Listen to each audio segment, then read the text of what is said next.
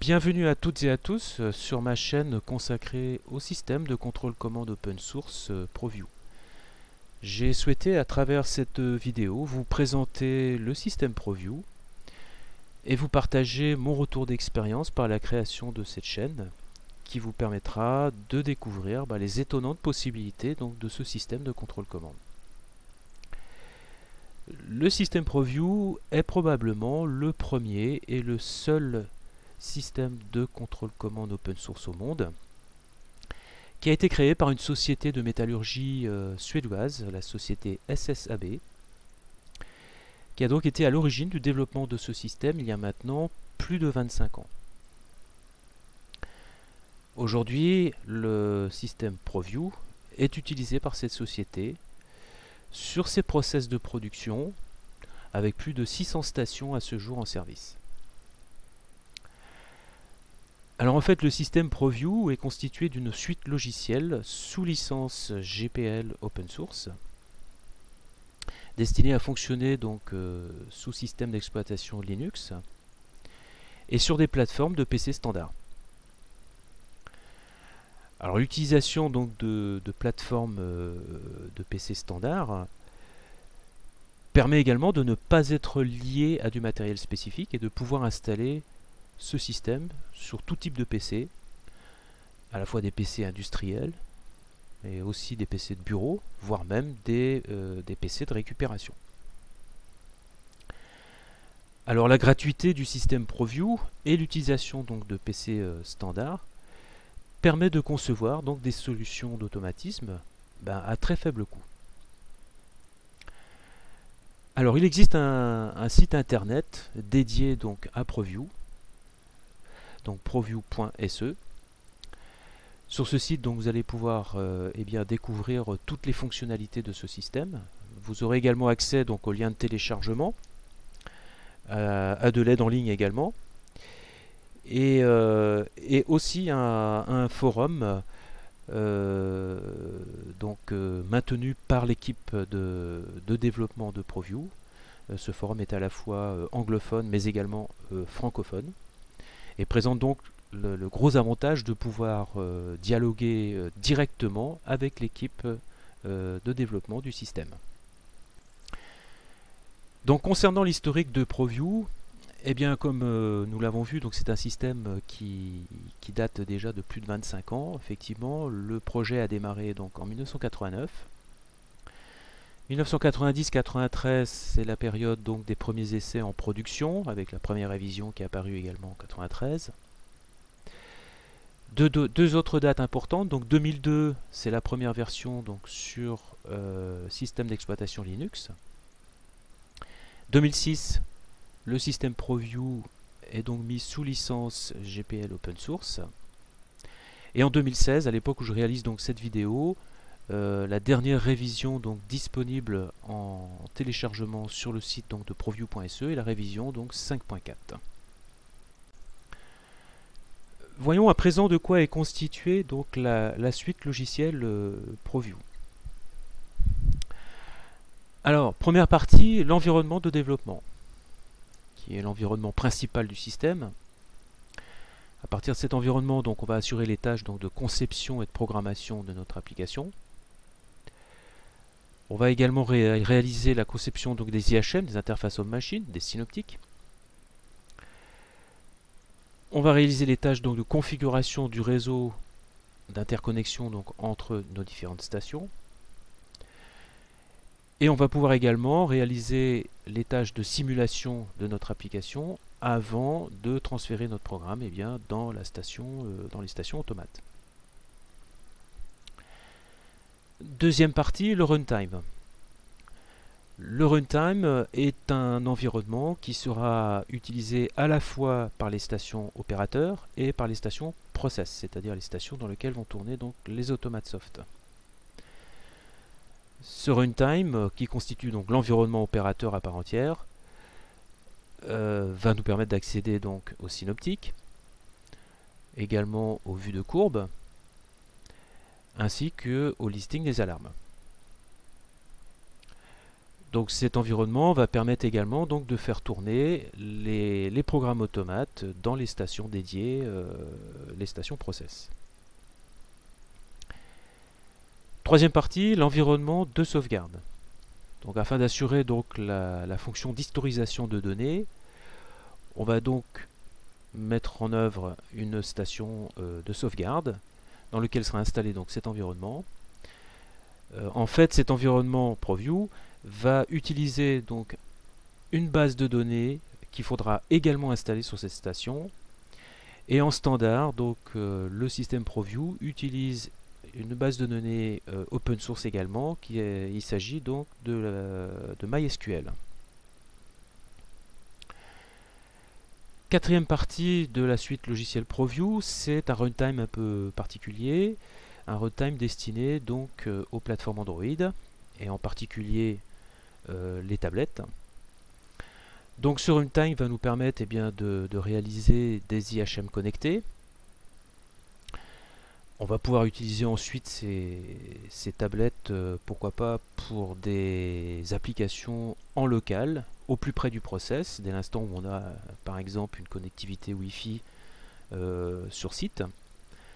Et on va pouvoir les utiliser donc par exemple pour des applications de maintenance, lorsqu'on fait des réglages d'instruments, des choses comme ça. Et enfin, dernier élément de la suite logicielle de ProView, encore un runtime, mais un runtime cette fois spécifique, qui a été spécifiquement développé donc, pour le système d'exploitation Raspbian. Le système d'exploitation Raspbian est un système donc, basé sur Linux également, qui est destiné donc, pour les nano-ordinateurs de type Raspberry Pi, et qui va nous permettre donc de réaliser à partir de ce type de support, pourquoi pas, une fonction d'automate. Alors ce type de carte peut être utilisé soit pour des applications embarquées ou pourquoi pas pour des applications de domotique.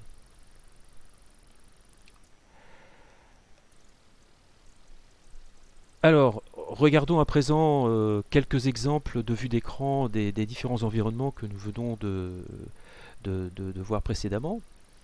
Alors l'environnement de développement, donc vous avez ici quelques exemples, donc à gauche l'éditeur graphique qui permet donc de concevoir les synoptiques. À droite, vous avez un exemple de page de programmation d'automate avec ici, il s'agit d'une page de programmation donc en langage Graph7. Et au centre, vous avez une vue d'écran d'une page de configuration de l'ensemble du système avec donc l'arborescence ici sur la partie gauche, l'arborescence donc de notre structure automate. Et sur la partie droite ici, c'est la partie configuration de la station. L'environnement opérateur. Donc ici, un exemple de ce que peut donner donc, un environnement opérateur. Donc vous avez sur la partie haute ici donc, le bandeau de l'environnement avec les alarmes qui apparaissent ici. Sur la partie droite ici, vous avez des boutons paramétrables pour les accès aux synoptiques. Et sur cette partie-là, vous avez encore des icônes pour accéder au listing des alarmes, les alarmes bloquées, plus d'autres fonctions encore. Ici, vous avez un exemple donc, de synoptique. Ici, une vue d'alarme.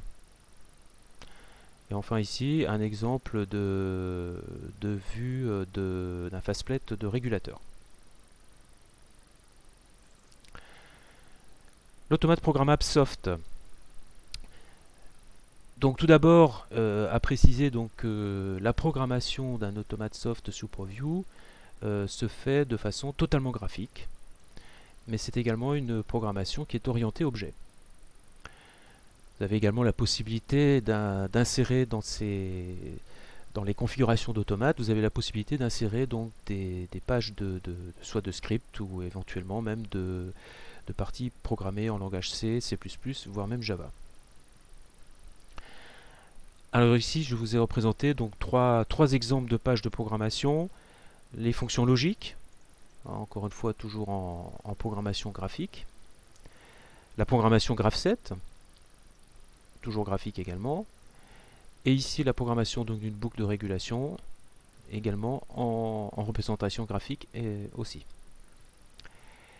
Et enfin, juste pour préciser donc que l'environnement de programmation de l'automate te permet également de gérer donc les références croisées, ce qui peut être très pratique lorsqu'on est en phase de conception. Les courbes de tendance.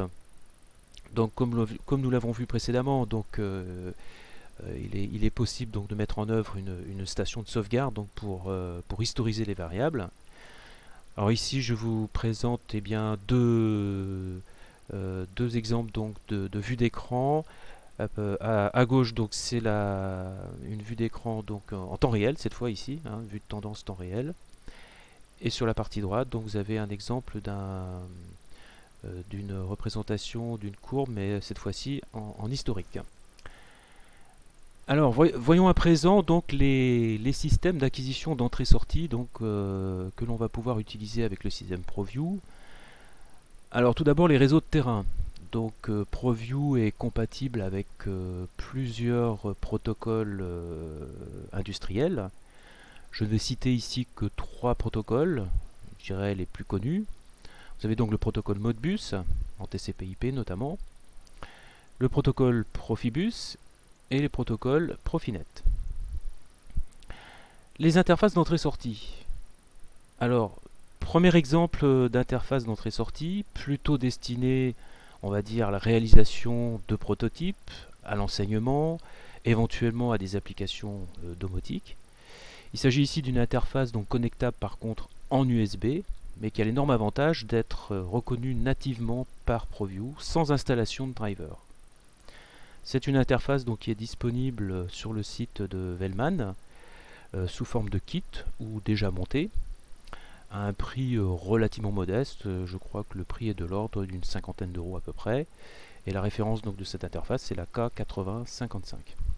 Alors c'est une interface qui est relativement modeste, hein, 5 entrées, 8 sorties Tor, 2 entrées-sorties analogiques en 0,5 volts, mais qui permet déjà donc de réaliser quelques prototypes, on va dire.